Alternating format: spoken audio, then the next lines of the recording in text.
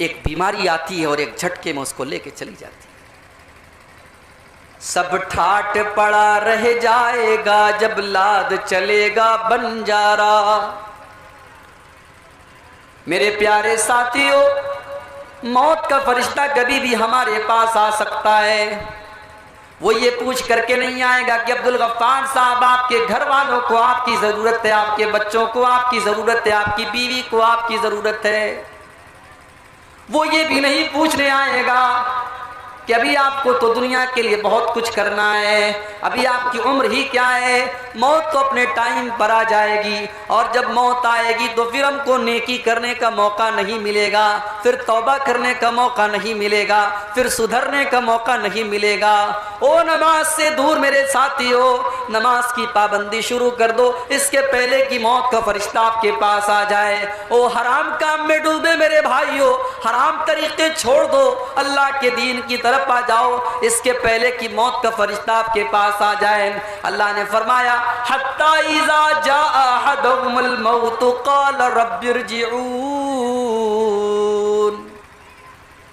जब मौत का फरिश्ता आता है, जब मौत का टाइम आता है, तो इंसान ये कहता है कि ऐ अल्लाह मुझे एक चांस और दे दे, एक टाइम और दे दे, एक बार दुनिया में और भेज दे। क़ाल रब्बिरजिऊन, ऐ अल्लाह एक मौका तो मुझे और दे दे। इसलिए नहीं कि मुझे अपनी लड़की की शादी करनी है, इसलिए नहीं कि मुझे अपना मकान बनाना है, इसलिए नहीं कि मुझे अपना बिजनेस सेटअप करना है, इसलिए नहीं कि मुझे गवर्नमेंट जॉब करनी है। लअल्ली आमलु सालिहा, ऐ अल्लाह मुझे मौत का अंदाज़ा नहीं था, मैंने सारी ज़िंदगी गुनाह किया है, मैंने नाफरमानी किया है, मैंने तुझको नाराज़ किया है। ऐ अल्लाह तू एक चांस और मुझे दे दे। लअल्ली आमलु सालिहा, मैं वादा करता हूँ मैं नेक अमल करूँगा, मैं तुझे राज़ी करने वाला अमल करूँगा, मैं ऐसा अमल करूँगा जिससे तू राज़ी हो जाए। ये कब कहेगा इंसान? मौत को देखने के बाद कहेगा। अल्लाह फरमाएगा कल्ला, ऐसा कभी नहीं हो सकता। इन्नहा कलिमतुन हुवा काइलुहा, ऐ मेरे बंदे ये तो बस तेरे मुंह से निकलने वाली एक बात है, तू आज कह रहा है, अगर हम तुझे दोबारा दुनिया में डाल देंगे फिर तू वही काम करेगा। ये तो बस तू बात ही बात कर रहा है। व मिन वराइहिम बरज़खुन इला यौमि युबअसून, और ऐ मेरे बंदे अब तेरे पास मौत का टाइम आ चुका है, अब तो तुझे बरज़ख में जाना है, अब तो तुझे कब्र में जाना है, अब तुझे दुनिया की कोई ताकत रोक नहीं सकती है। मौत वो चीज है मेरे भाई।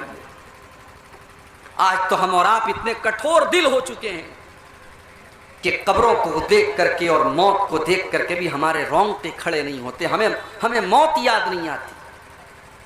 कब्रिस्तान में बैठ करके लोग जुआ खेलते हैं, कब्रिस्तान में बैठ करके लोग शराब पीते हैं, कब्रिस्तान में बैठ करके लोग हराम काम करते हैं। इतना सख्त दिल हो चुका है इंसान।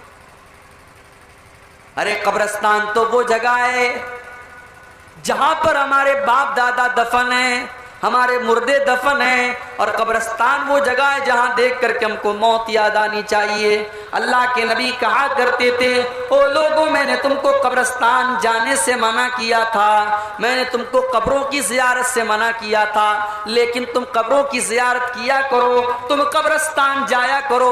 फ़इन्नहा तुज़क्किरुकुमुल आखिरा, इसलिए कि कब्रिस्तान जाने से मौत की याद आती है, आखिरत की याद आती है। इब्ने माजा की रिवायत है, एक अंसारी सहाबी का जनाजा है, जनाजे को कब्र में उतारा जा रहा है। अल्लाह के नबी एक साइड में बैठे हुए हैं, आपके सहाबा भी आपके साथ बैठे हुए हैं।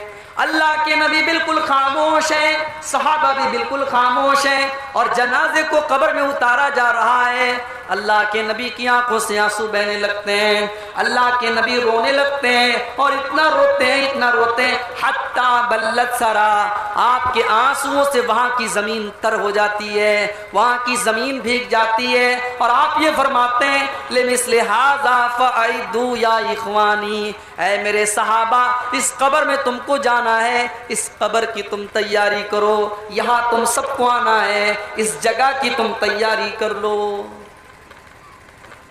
कब्र में क्या काम आएगा मेरे भाई?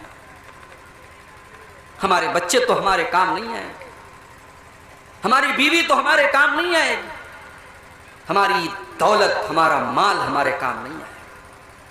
वहां अगर काम आएगा, हमारे अमाल काम आएंगे, हमारी नेकियां काम आएंगी। हमने अल्लाह की बारगाह में अगर तौबा किया है तो हमारी तौबा काम आएगी। उस्मान गनी रजी अल्लाह तआला अन्हु जब किसी कब्र के पास से गुजरते थे, ज़ारो कतार रोने लगते थे, आंखों से आंसू बहने लगते थे। किसी ने पूछा, आए उस्मान गनी, जन्नत की बात होती है तो आप रोते नहीं है, जहन्नम की बात आती है तो आप रोते नहीं है, लेकिन अब जब आप किसी कब्र के पास से गुजरते हैं तो रोने लगते हैं, क्या बात है? उस्मान गनी कहते हैं, ओ लोगो, मैंने अपने प्यारे नबी को ये फरमाते हुए सुना है, इन्नल कब्र अव्वलु मंजिल मिन मनाजिलिल आखिरा, बेशक ये कब्र आखिरत की पहली मंजिल है, जिसने इस मंजिल को पार कर लिया उसके लिए आगे की मंजिलें आसान है। मेरे प्यारे साथियों, आज बड़े बड़े उलमा दुनिया से जा रहे हैं, जो अल्लाह के नेक बंदे जिनकी दुनिया को जरूरत है, आज वो दुनिया से जा रहे हैं। आपके बिहार की सरजमीन के मधुबनी के रहने वाले अल्लामा उज़ैर शम्स रहमतुल्लाह अलैह, जो आपके इसी बिहार के सपूत थे, हमारे बनारस से जामिया सल्फिया से उन्होंने तालीम हासिल की और पूरी ज़िंदगी मक्का मुकर्रमा में रहे और वहीं दीन की खिदमत करते रहे, बहुत बड़ी बड़ी किताबें लिखी, आज वो भी अल्लाह को प्यारे हो गए। आज बड़े बड़े उलमा दुनिया से जा रहे हैं। मेरे प्यारे साथियों, वो लोग तो अल्लाह के नेक बंदे थे, हमारा और आपका क्या हाल होगा? हमारी और आपकी ज़िंदगी तो गुनाहों में गुजर रही है, अल्लाह की नाफरमानियों में गुजर रही है, गलत कामों में गुजर रही है। मेरे प्यारे साथियों, इससे पहले कि मौत का फरिश्ता हमारे पास आए, हम मौत के बाद की तैयारी कर लें। अल्लाह के नबी से पूछा गया, अय अल्लाह के नबी, सबसे अफजल मोमिन कौन है? अफजल का मतलब सर्वोत्तम, सर्वश्रेष्ठ, सबसे अच्छा। अल्लाह के प्यारे नबी से पूछा गया कि सबसे बेहतरीन मुसलमान कौन है? आपने फरमाया अहसनुहुम खुलुका, जिसका अखलाक सबसे अच्छा हो, जिसका व्यवहार सबसे अच्छा हो, जिसकी बातचीत सबसे अच्छी हो, जो सबसे अच्छे तरीके से मिलता जुलता हो, जिसका बिहेवियर सबसे अच्छा हो। फिर पूछा गया वह अय्युल मोमिनीन अकियस, आए अल्लाह के नबी सबसे बुद्धिमान कौन है, सबसे अक्लमंद कौन है, सबसे चतुर कौन है, सबसे चालाक कौन है? अल्लाह के प्यारे नबी ने फरमाया अक्सरुहुम ज़िक्रन लिल मौती व इस्तिदादन लिमा बादहू, सबसे ज्यादा मौत को याद करने वाला और मौत के बाद की जिंदगी की तैयारी करने वाला। आज हम मौत को याद नहीं करते, वो मौत जो हमें हमारा अंजाम याद दिलाती है। मेरे प्यारे साथियों, जरा अपने नबी की मौत का टाइम याद करो। सोमवार के दिन अल्लाह के नबी का इंतकाल होता है, जुमेरात का दिन है, जोहर की नमाज का टाइम है। अल्लाह के नबी कमजोरी महसूस कर रहे हैं। आप साहबा से कहते हैं कि 7 अलग अलग कुएं का पानी लाया जाए। 7 अलग अलग कुएं का पानी लाया जाता है और अल्लाह के प्यारे नबी उससे नहाते हैं, उससे गुस्ल करते हैं। उसके बाद आप अपने सर के ऊपर एक सफेद पट्टी बांधते हैं, एक वाइट कलर की पट्टी आप बांधते हैं और आप मस्जिद में आते हैं, जोहर की नमाज पढ़ाते हैं और आप मिंबर पर खड़े होते हैं और आप अपने सहाबा से कहते हैं, ओ लोगो अना शहीदुन अलैकुम कल क़यामत के दिन मैं तुम्हारे बारे में गवाही दूंगा। व अना फ़रतुन लकुम, और मैं क़यामत के दिन तुमसे आगे आगे रहूँगा। व इन्ना मौइदकुमुल हौज़ु, और ऐ मेरी उम्मत के लोगों तुमसे मुलाकात हौज़े कौसर पर होगी। वला अख्शा अलैकुम अन तुशरिकू, ऐ मेरे सहाबा मुझे इस बात का डर नहीं है कि तुम मेरे बाद शिरक करने लगोगे। वलाकिन अखाफु अलैकुम अन तुबसत अलैकुम दुनिया, मुझे डर है तो इस बात का डर है कहीं तुम दुनिया के फितने में न पड़ जाओ, कहीं दुनिया की रंगीनियों में न पड़ जाओ, कहीं दुनिया की आजमाइश में न पड़ जाओ। ये जुमेरात का दिन था, आखिरी नमाज जो अल्लाह के नबी ने पढ़ाई थी, मगरिब की नमाज आपने पढ़ाई थी जुमेरात के दिन। इशा की नमाज का टाइम आया, हजरत बिलाल आए, आए अल्लाह के नबी नमाज का टाइम हो चुका है, लोग आपका इंतजार कर रहे हैं। अल्लाह के नबी ने पानी मंगवाया, गुस्ल किया, और गुस्ल करने के बाद आप जब खड़े होने लगे, हदीस के अल्फाज हैं आप बेहोश होकर के गिर गए। होश आया, आपने पूछा कि क्या नमाज हो गई? नहीं नहीं अल्लाह के नबी नमाज अभी नहीं हुई है, लोग आपका इंतजार कर रहे हैं। आपने फिर पानी मंगवाया, फिर आपने गुस्ल किया, फिर आप जब उठने की कोशिश करने लगे, चक्कर आ गया, गशी आ गई, फिर आप बेहोश होकर के गिर पड़े। 3 बार ऐसा हुआ, 3 बार ऐसा हुआ, अल्लाह के नबी बेहोश होकर के गिरते चले जा रहे। जब आप ये समझ गए कि अब आप नमाज पढ़ाने की ताकत आपके बदन के अंदर, आपकी बॉडी के अंदर नहीं है, आपने साहबा से कहा कि वो लोगों जाओ अबू बकर सिद्दीक से कहो वो लोगों को नमाज पढ़ाए। आपकी जिंदगी में 17 टाइम की नमाजें अबू बकर सिद्दीक ने पढ़ाई। आप मस्जिद में जाने की और नमाज पढ़ाने की ताकत आपके अंदर बाकी नहीं बची थी।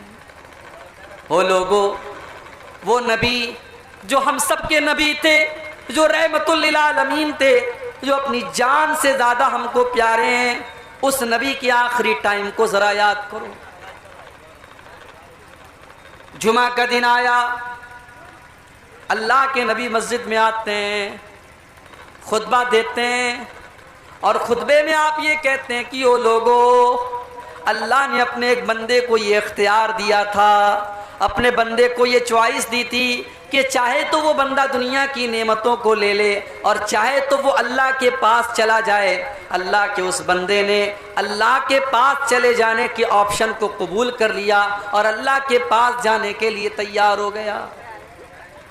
अभी अल्लाह के नबी ने इतना ही बयान किया था, अबू बकर सिद्दीक रज़ी अल्लाह ताला अन्हु रोने लगे और आंखों से आंसू बहने लगे और कहने लगे, फदैना कभी आबाइना व उम्महातिना, अय अल्लाह के नबी हमारे माँ बाप आपके ऊपर कुर्बान हो जाएं, अय अल्लाह के नबी हमारे माँ बाप आपके ऊपर कुर्बान हो जाएं। सहाबा कहते हैं हमें बड़ी हैरत हुई कि अल्लाह के नबी तो एक आम बात कर रहे हैं, ये बार बार क्यों हजरते अबू बकर रो क्यों रहे हैं, क्यों ये डिस्टर्ब क्यों हो रहा है, आवाज क्यों आ रहा है? माइक ठीक करो ना यार तू। हजरते अबू बकर रो क्यों रहे हैं, क्या बात है? साहबा कहते हैं हमको बाद में ये एहसास हुआ, हमको बाद में ये पता चला कि अल्लाह के प्यारे नबी तो अपने ही बारे में ये बात कह रहे थे कि अल्लाह ताला ने मुझको ये ऑप्शन दिया है कि चाहूँ तो मैं दुनिया में कुछ और दिन तक जिंदा रहूँ और चाहूँ तो मैं अल्लाह के पास चला जाऊँ।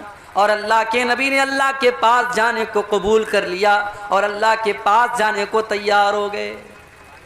अपने उसी खुतबे में आपने फरमाया कि अगर मैं दुनिया में किसी को अपना खलील बनाता तो अबू बकर को बनाता, लेकिन मेरा खलील तो अल्लाह है, मेरा सबसे खास दोस्त तो अल्लाह है।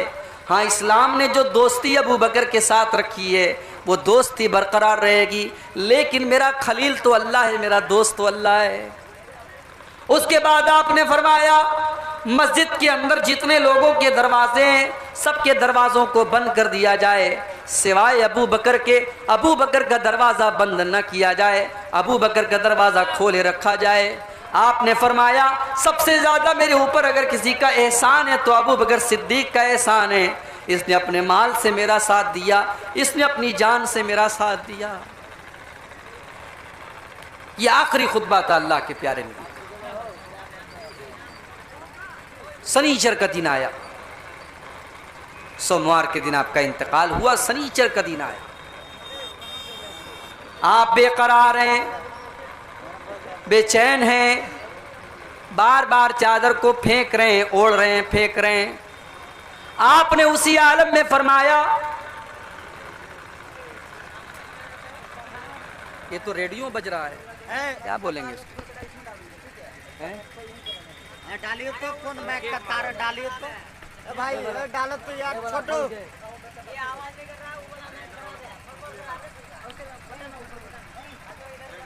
आ जाइए आप ऊपर। आ भाई बहुत डिस्टर्ब कर रहा है आपको, बहुत परेशान किया।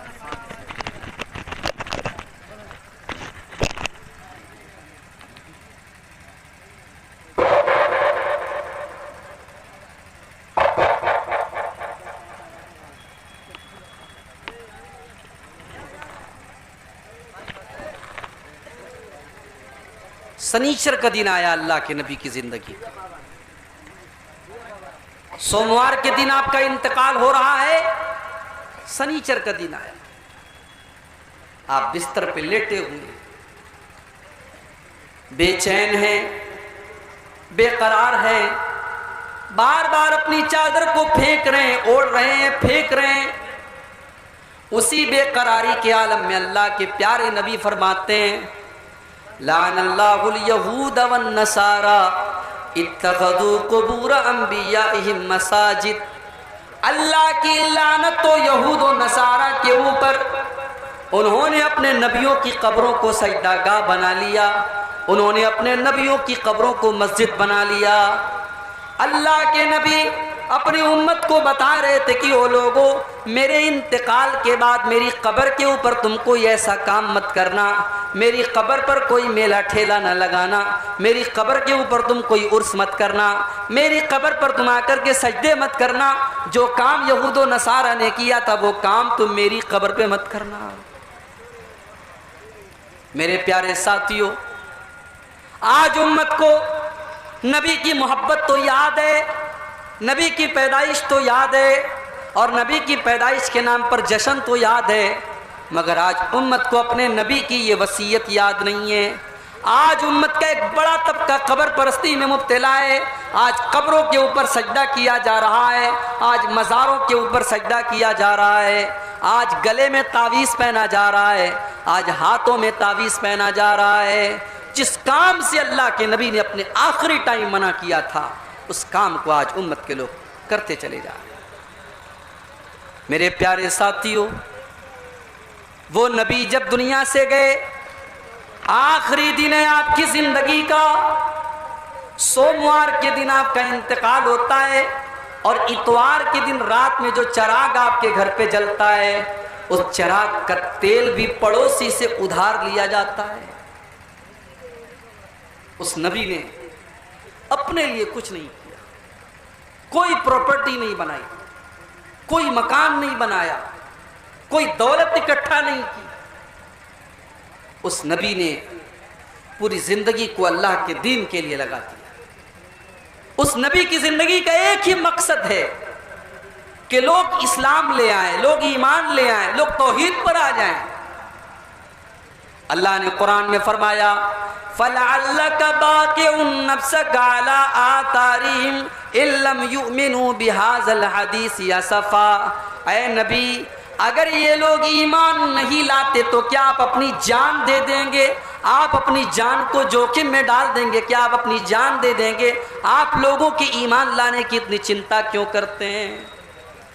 मेरे प्यारे साथियों, नमाज की हालत में अल्लाह के नबी के गले में उक़बा इब्न अबी मुईत आता है और चादर डाल करके आपका गला दबाने की कोशिश करता है। अबू बकर सिद्दीक आते हैं और अपने नबी की जान बचाते हैं और कहते हैं अतक़्तुलून रजुलन अन यक़ूल रब्बी अल्लाह, कि ओ लोगो क्या तुम अल्लाह के नबी को सिर्फ इसलिए कत्ल कर देना चाहते हो कि वो अल्लाह को अपना रब कहते हैं, वो अल्लाह को अपना रब कहते हैं, इस अपराध में और इस जुर्म में तुम उनको कत्ल कर देना चाहते हो? वो लोगो तुम इतने बड़े जालिम क्यों हो?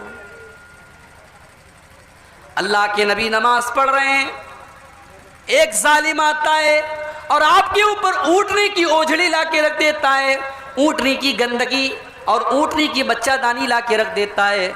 अल्लाह के नबी सजदे से सर नहीं उठा पा रहे हैं और अल्लाह का कोई बंदा आता है और जब उस ओझड़ी को हटाता है तब अल्लाह के नबी सजदे से सर उठाते हैं। कितनी तकलीफें सही उस नबी ने। और आज उस नबी का आखिरी टाइम है, उस नबी के इंतकाल का टाइम। सोमवार का दिन आता है, फजर की नमाज का टाइम है। अल्लाह के प्यारे नबी अपने कमरे का पर्दा हटाते हैं, सामने अबू बकर सिद्दीक नमाज पढ़ा रहे हैं, सहाबे किराम पीछे नमाज पढ़ रहे हैं।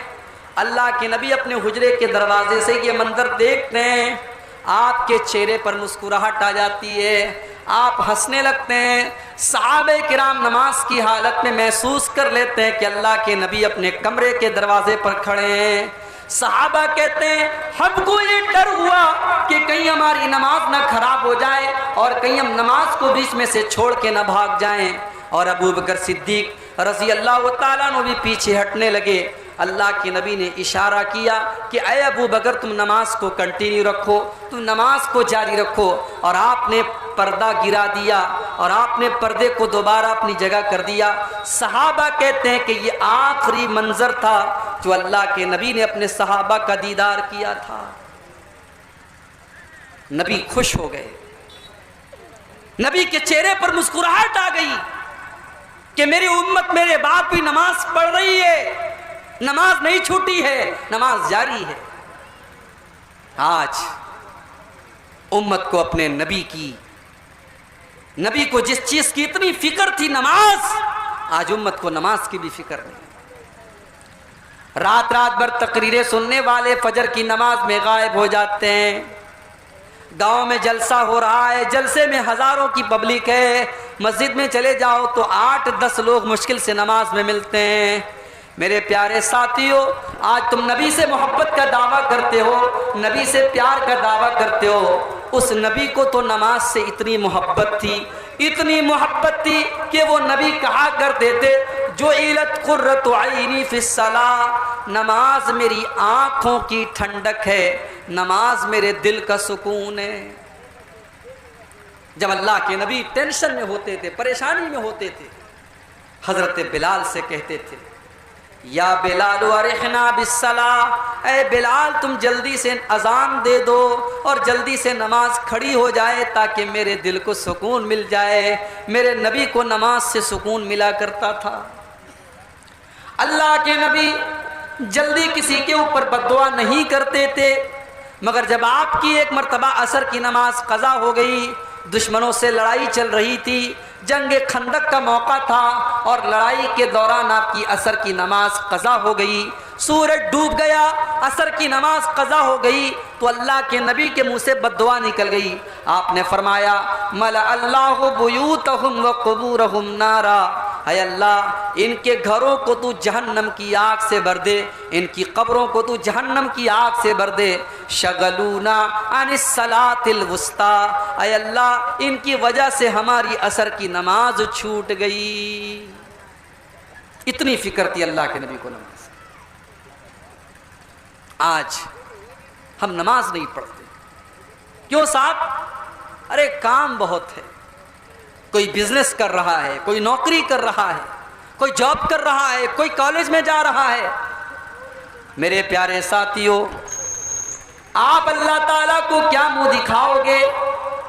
अल्लाह जब पूछेगा मेरे बंदे तो 24 घंटे में 5 बार मेरे आगे माथा झुकाने को भी तैयार नहीं था, मेरे आगे सर झुकाने को तैयार नहीं था। तू अल्लाहु अकबर कहकर मेरे आगे नमाज पढ़ने को तैयार नहीं था। मेरे प्यारे साथियों, अल्लाह को क्या मुंह दिखाएंगे। ये नमाज नबी की आंखों की ठंडक थी और अपने आखिरी टाइम भी अल्लाह के नबी ने नमाज की तलकीन की और नमाज पढ़ने पर लोगों को उभारा। आपकी बीवी हजरत उम्मे हबीबा रजी अल्लाह ताला अन्हा कहती हैं कि जब अल्लाह के नबी का आखिरी टाइम था, आपकी जुबान से अल्फाज नहीं निकल रहे थे, आप बेकरार थे, बेचैन थे, तड़प रहे थे आप। उस हालत में अल्लाह के नबी की जुबान से कुछ अल्फाज निकल रहे थे। मैंने गौर से कान लगाया कि सुनूं अल्लाह के नबी क्या कह रहे हैं। तो अल्लाह के नबी की जुबान से अल्फाज निकल रहे थे, अस्सलाता सलाता वमा मलकत ईमानुकुम। ओ लोगो तुम नमाज की पाबंदी करना, ओ लोगो तुम नमाज की पाबंदी करना, अपने गुलामों का ख्याल करना, अपनी लौंडियों का ख्याल रखना, अपने नौकरों का ख्याल रखना। आखिरी टाइम भी अल्लाह के नबी को नमाज की चिंता है, नमाज की फिक्र है। और आगे बढ़िए, सोमवार का दिन है, आज आपकी जिंदगी का आखिरी दिन है। आप हजरत आयशा की गोद में सर रख कर के लेटे हुए हैं। हजरत अब्दुर्रहमान इब्ने अबू बकर आते हैं, उनके हाथों में मिसवाक है। अल्लाह के प्यारे नबी की नजर मिसवाक के ऊपर बढ़ जाती है। आप अम्मा आयशा को इशारा करते हैं, अम्मा आयशा समझ जाती हैं कि आप मिसवाक करना चाहते हैं। अम्मा आयशा मिसवाक को ले लेती हैं और अपने दांतों से मिसवाक को नरम करती हैं और वो मिसवाक अल्लाह के नबी को हाथों में दे देती हैं। अल्लाह के आखिरी नबी मिसवाक करते हैं और बड़े बेहतरीन तरीके से आप मिसवाक करते हैं। और अम्मा आयशा का लुआब, अम्मा आयशा का थूक अल्लाह के नबी के थूक के साथ इस तरीके से मिल जाता है। और इससे उलमा ने यह मसला भी निकाला है कि जब किसी को ये एहसास हो जाए कि उसका आखिरी टाइम है तो वो मिसवाक कर ले, वो अपना मुंह साफ कर ले, ताकि अल्लाह ताला क्या इस हाल में जाए कि उसका मुंह साफ हो। आपने मिसवाक किया, मिसवाक करने के बाद आपके ऊपर मौत की शक्तियां आने लगी, आपकी पेशानी पर पसीने की बूंदें चमकने लगी, आपके ऊपर तकलीफ के आसार नजर आने लगे, आप बेचैन होने लगे। आपके बगल में एक प्याला रखा हुआ था, प्याले में पानी था, आप बार बार पानी अपने चेहरे पर डालते थे और कहते थे, अल्लाहुम्मा अइनी अला सकरातिल मौत, अल्लाहुम्मा अइनी अला सकरातिल मौत। ऐ अल्लाह तू मौत की सख्तियों पर मेरी मदद फरमा, ऐ अल्लाह तू मौत की सख्तियों पर मेरी मदद फरमा। अम्मा आयशा फरमाती हैं, उसके पहले मैं मौत की सख्तियों को नापसंद करती थी, मगर जब मैंने अपने नबी के ऊपर भी मौत की सख्तियां देखी तो उसके बाद मैं समझ गई कि मौत की सख्तियां तो किसी के ऊपर भी आ सकती, अल्लाह के नबी के ऊपर भी मौत की सख्तियां। मेरे प्यारे साथियों, आपने आसमान की तरफ अपने हाथ उठाए और आपने फरमाया, अल्लाहुम्मा ग़फ़िरली वरहमनी, ऐ अल्लाह तू मुझे माफ फरमा दे, ऐ अल्लाह तू मेरे ऊपर रहम फरमा। उसके बाद आपने फरमाया, अल्लाहुम्मा अलहिक़नी बिर्रफ़ीक़िल आला, अल्लाहुम्मा अलहिक़नी बिर्रफ़ीक़िल आला, अल्लाहुम्मा अलहिक़नी बिर्रफ़ीक़िल आला। ऐ अल्लाह तू रफ़ीक़ आला के साथ मुझे मिला दे, तो अपने नबियों के साथ मुझे मिला दे, तो अपने नेक बंदों में मुझे मिला दे। इतना कहने के बाद अल्लाह के नबी का हाथ धीरे धीरे जमीन पर आ गया और आपकी रूह आप। अभी कल एक प्रोग्राम में था मैं, वहां अदनान प्रतापगढ़ी एक बच्चा है, उसको बुलाया गया था।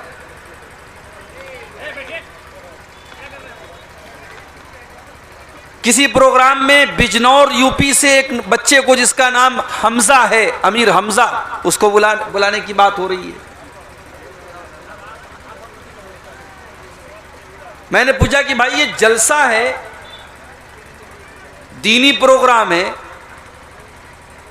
उसमें आप शायरों को क्यों बुला रहे?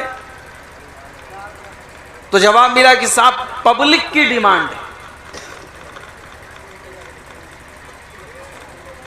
यानी हालात ये हैं कि अगर कल पब्लिक ये कहेगी कि हमें जलसे में सलमान खान चाहिए, तो आपको सलमान खान को बुलाना पड़ेगा।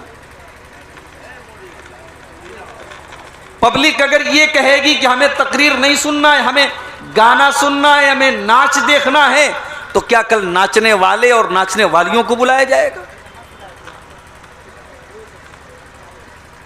मेरे भाइयों, मैं बड़े अदब के साथ आपसे ये बात कह रहा हूं कि जलसों को इंटरटेनमेंट का जरिया मत बनाइए। ये जलसे अगर आप, ठीक है, आपका एक सिस्टम है, आपको मदरसे का चंदा करने के लिए जलसा करना है और आप बगैर जलसे के चंदा नहीं देंगे, अच्छी बात है, आप जलसा कराइए। मगर जलसे और तकरीर में और लैला मजनू की कहानी में फर्क होना चाहिए। आप तकरीर के नाम पर इंटरटेनमेंट अगर सुनना चाहते हैं तो फिर इसका नाम जलसा बंद कर दीजिए, इसका नाम आप ड्रामा रख लीजिए, इसका नाम मूवी रख दीजिए, फिल्म रख दीजिए।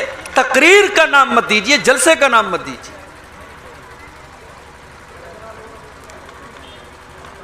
अल्लाह के प्यारे नबी जब तकरीरें किया करते थे, आपकी तकरीरों में न तो चुटकुले होते थे, न तो लतीफे होते थे, न हंसी मजाक होता था, न कहानी किस्से होते थे। हजरत इरबाज बिन सारिया रजी अल्लाह ताला अन्हु हदीस के रावी हैं, कहते हैं कि अल्लाह के नबी ने खुतबा दिया, तकरीर किया, आपने लेक्चर दिया। आपकी बंगला जुबान में कह दो वक्तव्य दिया, कथा बोली आपने। कैसा खुतबा आपने दिया? फरमाया फवाज़ना मौइज़तम बलीगा। आपने ऐसा खुतबा दिया, ऐसी तकरीर की जो दिल को छू जाने वाली थी। वजिलत मिनहल कुलूब, उस तकरीर को सुनकर के हमारे दिल कांप गए। वज़रफ़त मिनल उजून, हमारी आंखों से आंसू बहने लगे। हमने कहा अल्लाह के नबी, आज आपकी तकरीर सुनकर के हमको ऐसा लग रहा है कि आज आपकी अलविदाई तकरीर है, आज आपकी आखिरी तकरीर है, आज आपकी ये अंतिम और आखिरी तकरीर है। अय अल्लाह के नबी, आज इस मौके पर आप हमको कुछ नसीहतें कर दीजिए, कुछ समझा दीजिए, कुछ बातें बता दीजिए। अल्लाह के प्यारे नबी ने फरमाया, ओ लोगो, ऊसीकुम बितक़वल्लाहि वस्समई वत्ताअती, मैं तुमको सबसे पहले इस बात की वसीयत कर रहा हूं कि तुम अल्लाह से डरते रहना, तुम अल्लाह से डरते रहना और अपने अमीर की तुम इताअत करना। जिसको तुम्हारा अमीर बना दिया जाए, जिसको तुम्हारा सरदार बना दिया जाए, जिसको तुम्हारा इमाम बना दिया जाए, तुम उसकी इताअत करते रहना, अपने अमीर की तुम बात मानना। किसी हबशी गुलाम को भी अगर तुम्हारा अमीर बना दिया जाए, तुम उसकी बात मानना, नाफरमानी मत करना। वमन यइश मिनकुम बादी फसयरा इख्तिलाफन कसीरा, और अगर तुम मेरे बाद जिंदा रहोगे तो बहुत इख्तिलाफ देखोगे। फ़अलैकुम बिसुन्नती व सुन्नतिल खुलफाइर राशिदीन, तो तुम मेरी सुन्नत के ऊपर अमल करते रहना। अब ये देखिए, ये माइक बेचारा जो है, ये चैनल वालों की मेहरबानी से बार बार रुकू में चला जा रहा है। अब आप क्या करेंगे इसको? नहीं, कुछ मत कीजिए, छोड़ दीजिए। इन चैनल वालों का एक ही काम है कि साहब तकरीर रिकॉर्ड करेंगे और फिर उस तकरीर में अब्दुल गफ्फार साहब ने कोई मिर्च मसाला अगर लगा दिया तो बड़ी अच्छी बात है, वरना बाकी का मिर्च मसाला ये लगा देंगे। मौलाना जर्जीस साहब इतनी बड़ी मुसीबत में हैं, उनकी मुसीबत से रिहाई के लिए कोई कोशिश हो रही है कि नहीं हो रही है, लेकिन उनके नाम पर व्यू हासिल करने के लिए हमारे चैनल वाले कुछ भी करने को तैयार। मैंने अपनी तकरीर में कोई बात नहीं बोली, लेकिन मौलाना जर्जीस साहब की और मेरी तस्वीर लगा करके हेडिंग ऐसी डाल दी गई कि सामने वाला सोचे कि यार इस तकरीर के अंदर क्या ऐसी बात है, ऐसी हेडिंग लगाई गई है, ऐसा थंबनेल बनाया कि चलो इसको सुनते हैं। सुना तो अंदर कोई बात नहीं है। ये आजकल हो रहा है। सुधर जाओ चैनल वालों, मैं आप सबसे कहता हूं, बड़े अदब से कहता हूं, चैनल का मकसद सिर्फ पैसा कमाना है, तब भी आप इस चैनल का गलत यूज मत करो मेरे भाई। कोई गलत गंदा किस्म का थंबनेल लगा देना, गलत चीज, गलत हेडिंग लगा देना, ये हराम है, गलत है। ये जो बात मुकर्रिर ने नहीं कही, आप वो बात उसकी तरफ मंसूब कर रहे हैं। और अगर मैं ये बात कहूं तो गलत नहीं होगा कि आज बहुत सारे उलमा के ऊपर मुसीबत बन रही है। ये चैनल वाले मुसीबत बन रहे हैं। इनकी गलत हेडिंग और इनके गलत थंबनेल की वजह से आज न्यूज वाले उन तकरीरों का मिसयूज कर रहे हैं और वो उलमा मुसीबत में फंस रहे हैं। अल्लाह के नबी की तकरीरें होती थी, दिलों को छू जाती थी मेरे प्यारे साथी। आज सीमांचल के जलसों को हमने इंटरटेनमेंट का और मनोरंजन का साधन बना दिया है। हमें और आपको इस पर बड़े दर्द के साथ गौर करने की जरूरत है। आज मेरी तकरीर का जो उन्वान है, मैं 3 बातें आपके सामने बयान करूंगा। पहली बात, गुनाह किसको कहते हैं। दूसरी बात, गुनाह का नुकसान क्या है। और तीसरी बात, गुनाह से बचने का तरीका क्या है।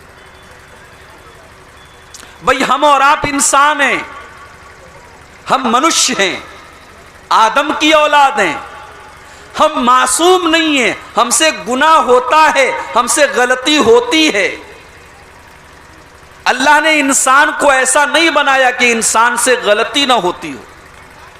हां, फरिश्ते ऐसे हैं कि फरिश्तों से गलती नहीं होती। अल्लाह ने कुरान करीम के 28वें पारे में फरमाया, या अय्युहल्लज़ीना आमनू कू अनफुसकुम व अहलीकुम नारा। ऐ ईमान वालो, तुम अपने आप को और अपने घर वालों को जहन्नम की आग से बचाओ। वक़ूदुहन्नास वल हिजारा, जहन्नम की आग का ईंधन इंसान और पत्थर होंगे। वो पेट्रोल से नहीं जलेगी, वो मिट्टी के तेल से नहीं जलेगी, वो कोयले से नहीं जलेगी, वो लकड़ी से नहीं जलेगी।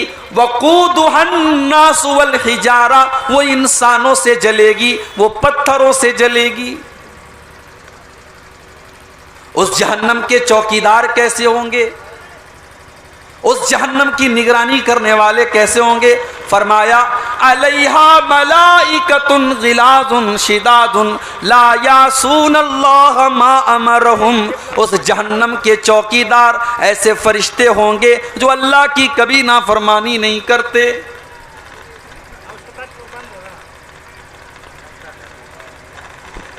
फरिश्ते अल्लाह की नाफरमानी नहीं करते, फरिश्ते गुनाह नहीं करते।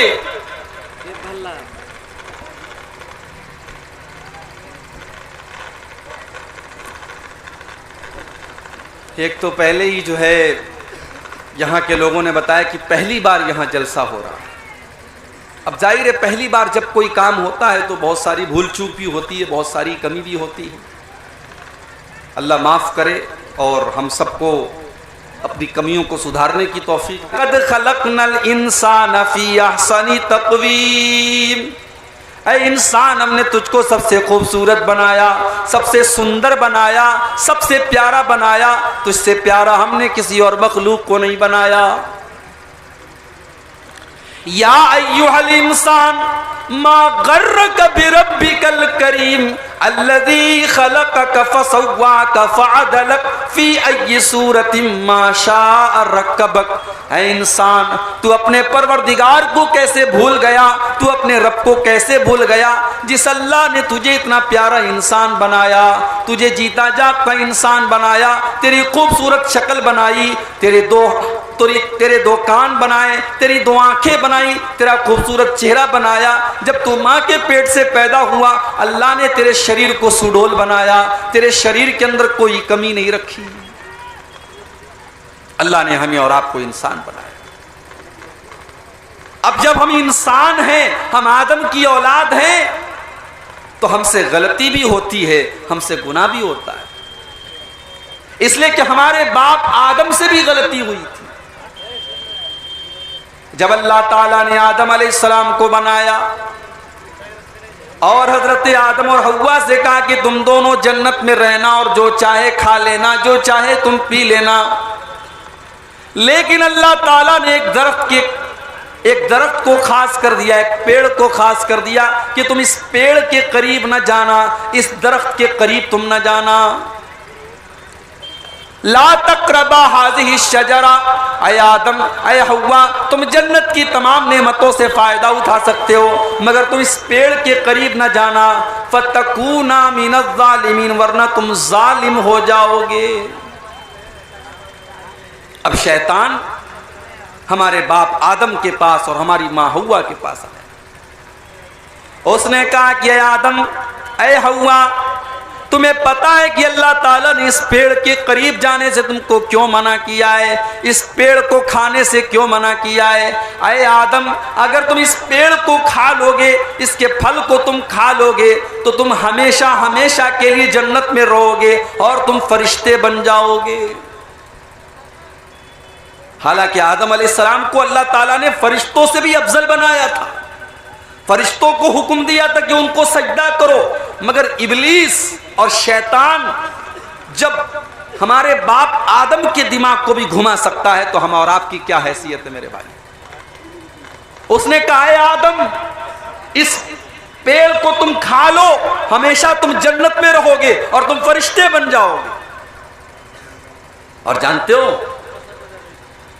इब्लीस ने अल्लाह की कसम खा करके कहा है आदम, मैं अल्लाह की कसम खा करके कहता हूं, मैं तुम्हारा भला चाहता हूं, मैं तुम्हारा दोस्त हूं, मैं तुम्हारा साथी हूं, मैं तो तुम्हारी भलाई चाहता हूं।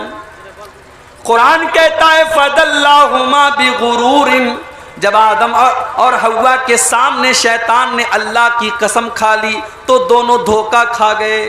जो अल्लाह वाले होते हैं वो अल्लाह के नाम पर धोखा बहुत जल्दी खा लेते हैं। अल्लाह वालों को अल्लाह के नाम पर बेवकूफ बनाना बहुत आसान होता है। फदल्लाहुमा बिगुरूरिन, आदम और हव्वा को शैतान ने अपने शीशे में उतार लिया, दोनों ने उस दरख्त के फल को खा लिया।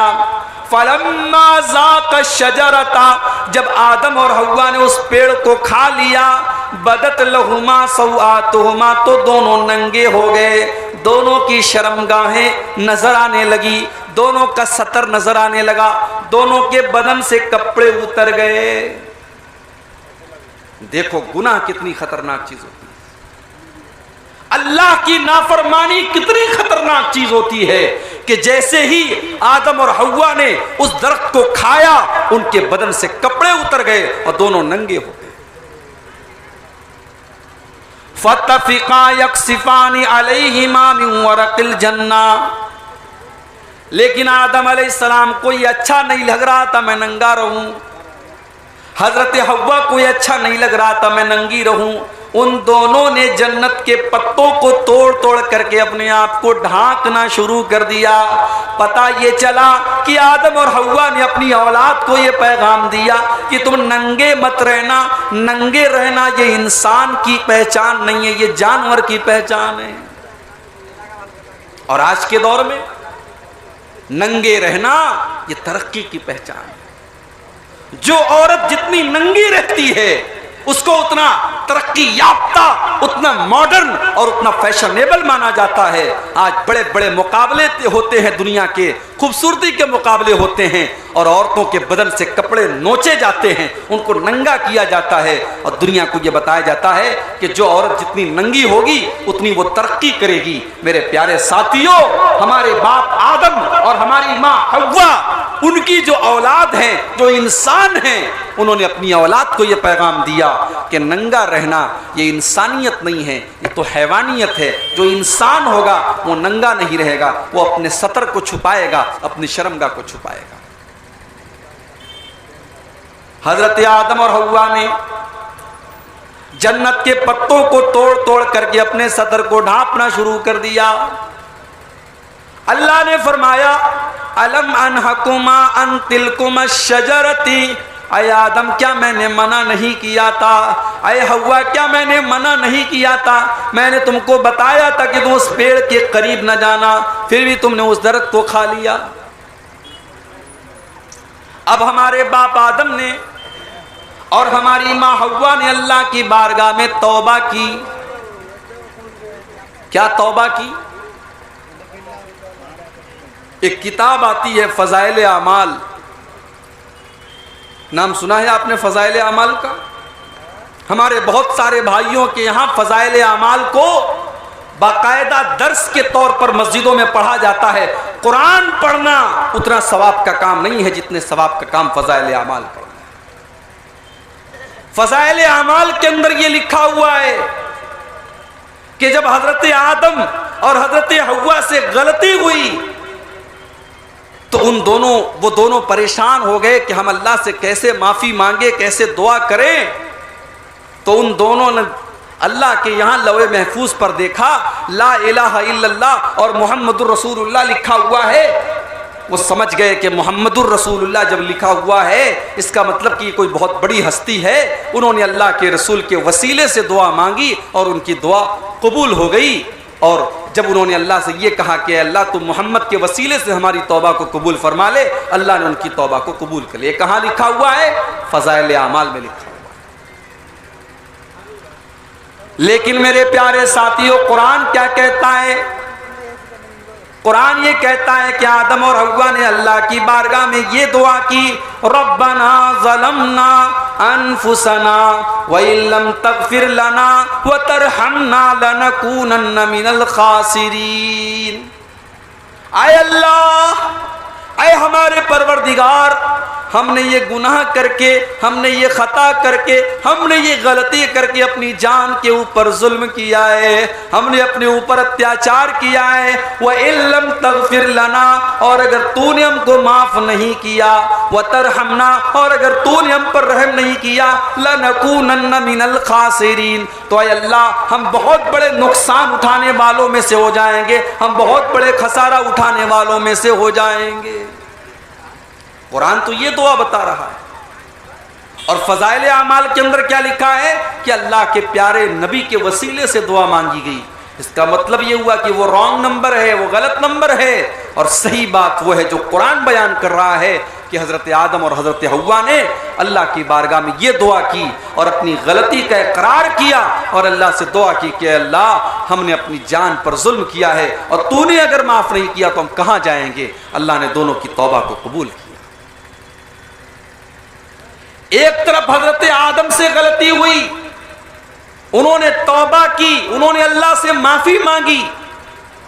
और जब इबलीस से गलती हुई, इबलीस ने जब गुनाह किया, इबलीस ने जब अल्लाह के हुक्म के बावजूद हजरत आदम को सजदा नहीं किया और अल्लाह ने पूछा कि तूने आदम को सजदा क्यों नहीं किया, तो इबलीस ने माफी नहीं मांगी, इबलीस ने तौबा नहीं की। इबलीस ने क्या कहा? अना खैरुम मिन्हु, क़ाल अना खैरुम मिन्हु खलक़तनी मिन नारिन व खलक़तहु मिन तीन। इबलीस ने कहा अल्लाह मैं आदम को सजदा नहीं कर सकता, मैं तो आदम से बेहतर हूं। आदम को तूने मिट्टी से पैदा किया है, मुझे आग से पैदा किया है। आग से पैदा होने वाली चीज मिट्टी से पैदा होने वाली चीज को सजदा क्यों करेगी?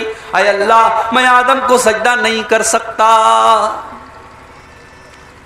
अल्लाह ने फरमाया मालकान ततकब्बर फीहा, तू तकब्बुर कर रहा है, तू अहंकार कर रहा है, तू घमंड कर रहा है, तू जन्नत में रह करके तकब्बुर नहीं कर सकता, तू अल्लाह की बारगाह में रह करके तकब्बुर नहीं कर सकता। फखरुज मिनहा, तू निकल जा हमारी बारगाह से, तू निकल जा जन्नत से। अल्लाह ने इबलीस को जन्नत से निकाल दिया और कयामत तक के लिए इबलीस को शैतान बना दिया, लानती बना दिया। तो गुनाह शैतान ने भी किया और गलती आदम से भी हुई, मगर शैतान अपने गुनाह के ऊपर डटा रहा और आदम ने तौबा की। तो हम आदम की औलाद हैं मेरे भाइयों, हमें तौबा करनी चाहिए, हमें अल्लाह से माफी मांगनी चाहिए। इसीलिए अल्लाह के प्यारे नबी फरमाते हैं कुल्लु बनी आदम खत्ताउन, तमाम आदम की औलाद गलती करती है, आदम की तमाम औलाद से गलती होती है। वह खैरुल खत्ताईन अत्तवाबून, और आदम की सबसे बेहतरीन औलाद वो है जो तौबा कर ले, जो अल्लाह से माफी मांग ले। ओ मेरे नौजवान साथियों, रात को 2-2 बजे तक मोबाइल में लगे रहने वाले मेरे भाइयों, मेरी नौजवान बहनों, मोबाइल के ऊपर लगी रहने वाली मेरी बहनों, मेरे भाइयों, अल्लाह की बारगाह में तौबा किया करो। कुछ ऐसा टाइम फिक्स कर लो, कुछ ऐसा वक्त अल्लाह की बारगाह में निकालो जब हम हो और अल्लाह की ज़ात हो और हमारी आंखों से आंसू निकल रहे हो, हम अल्लाह की बारगाह में अल्लाह से माफ़ी मांगे। अगर हम सच्चे दिल से माफ़ी मांगेंगे अल्लाह माफ़ कर देगा। कहते हैं ना, सुबह का भूला शाम को लौट आए तो उसे भूला नहीं कहते। अल्लाह की बारगाह में जो सच्ची तौबा कर ले, अल्लाह उसकी तौबा को फौरन कबूल कर लेता है। अल्लाह के प्यारे नबी फरमाते हैं, अत्ताइबु मिनज़्ज़म्बि कमल्ला ज़म्ब लहू, जो गुनाह से तौबा कर लेता है, जो अल्लाह से माफ़ी मांग लेता है, वो उसकी तरह हो जाता है जिसने कभी गुनाह ही नहीं किया। कल तक शराब पीता था, कल तक ज़िना करता था, कल तक हराम खाता था, आज अल्लाह से सच्ची तौबा कर लेता है, अल्लाह उसको बिल्कुल माफ़ कर देता है। जैसे हमारे कपड़े पे कोई दाग लगाओ, अब उसको डिटर्जेंट लगा के वॉशिंग मशीन में हम रगड़ रगड़ के धो दें, तब भी दाग का कुछ न कुछ असर तो बाकी रह जाता है। मगर जो सच्चे दिल से तौबा कर लेता है, अल्लाह के प्यारे नबी कहते हैं कि उस दाग का कोई असर भी उसके ऊपर बाकी नहीं रहता है, अल्लाह तबारक व तआला उसको बिल्कुल बेदाग कर देता है। तो सच्ची तौबा करो अल्लाह की बारगाह। अल्लाह ने फरमाया, वसारिऊ इला मग़फ़िरतिम मिर रब्बिकुम, मेरे बंदो तुम अल्लाह की माफ़ी, अल्लाह से माफ़ी मांगा करो, अल्लाह से बख्शिश मांगा करो, अल्लाह से इस्तिग़फ़ार किया करो। व जन्नतिन अर्ज़ुहा समावातु वल अर्ज़ु, और मेरे बंदो तुम जन्नत के लिए दौड़ धूप किया करो, तुम जन्नत के लिए मेहनत किया करो। आज इंसान अपनी रोजी रोटी के लिए कितनी मेहनत करता है, सुबह से लेकर शाम तक इंसान मेहनत करता है, खून पसीना एक करता है, किसके लिए? दुनिया के लिए, दुनिया की दौलत के लिए, दुनिया के घर मकान के लिए, बिजनेस के लिए, कारोबार के लिए। अल्लाह ताला कह रहा है, वह जन्नतिन अर्ज़ुहा समावातु वल अर्ज़ु, मेरे बंदो तुम दौड़ धूप किया करो जन्नत के लिए, तुम कंपटीशन किया करो जन्नत के लिए। जो जन्नत कायनात से बेहतर है, जो जमीन व आसमान से लंबी चौड़ी है, जो जमीन व आसमान से बेहतर है। आज दुनिया की औरतें जन्नत की औरतों के सामने कूड़ा है, कूड़ा। दुनिया के फल फ्रूट जन्नत के फल फ्रूट के आगे कूड़ा है मेरे भाई। दुनिया की तमाम नेमतें मिलकर के जन्नत की किसी एक नेमत के बराबर नहीं हो सकती हैं। जन्नत की नेमत का तो ये हाल होगा, अल्लाह के प्यारे नबी फरमाते हैं, सही मुस्लिम की रिवायत है कि वो इंसान जो सारी जिंदगी मुसीबत में था, परेशानी में था, बीमारी में था, उस इंसान को कल क़यामत के दिन अल्लाह ताला थोड़ी देर के लिए जन्नत में डालेगा। थोड़ी देर के लिए अल्लाह ताला जन्नत में डालेगा और जन्नत से निकालने के बाद अल्लाह पूछेगा, ऐ मेरे बंदे, हल रायत शर्रन कत्तु, क्या तूने कभी अपनी जिंदगी में कोई मुसीबत देखी है, कोई परेशानी देखी है, कोई दुख देखा है, कोई तकलीफ देखी है? वो बंदा जो सारी जिंदगी परेशानियों में था, मुसीबतों में था, बीमारियों में था, तकलीफों में था, वो बंदा कहेगा, मा रायतु शर्रन कत्तु, ऐ अल्लाह मैंने अपनी जिंदगी में कभी कोई दुख नहीं देखा, कभी कोई परेशानी नहीं देखी। पिछले साल मेरा प्रोग्राम था, हमारे यूपी के अंदर एक जगह पड़ते इलाहाबाद। इलाहाबाद एक जगह है यूपी के अंदर, उसका नाम अब बदल करके प्रयागराज रख दिया गया है। वहां पर एक नौजवान लड़का, उसका नाम था मोहम्मद मोहसिन, डॉक्टर था वो लड़का मेरे पास मुझसे मिलने के लिए आया। खूबसूरत नौजवान लड़का था, फेसबुक के ऊपर उसकी आईडी भी है।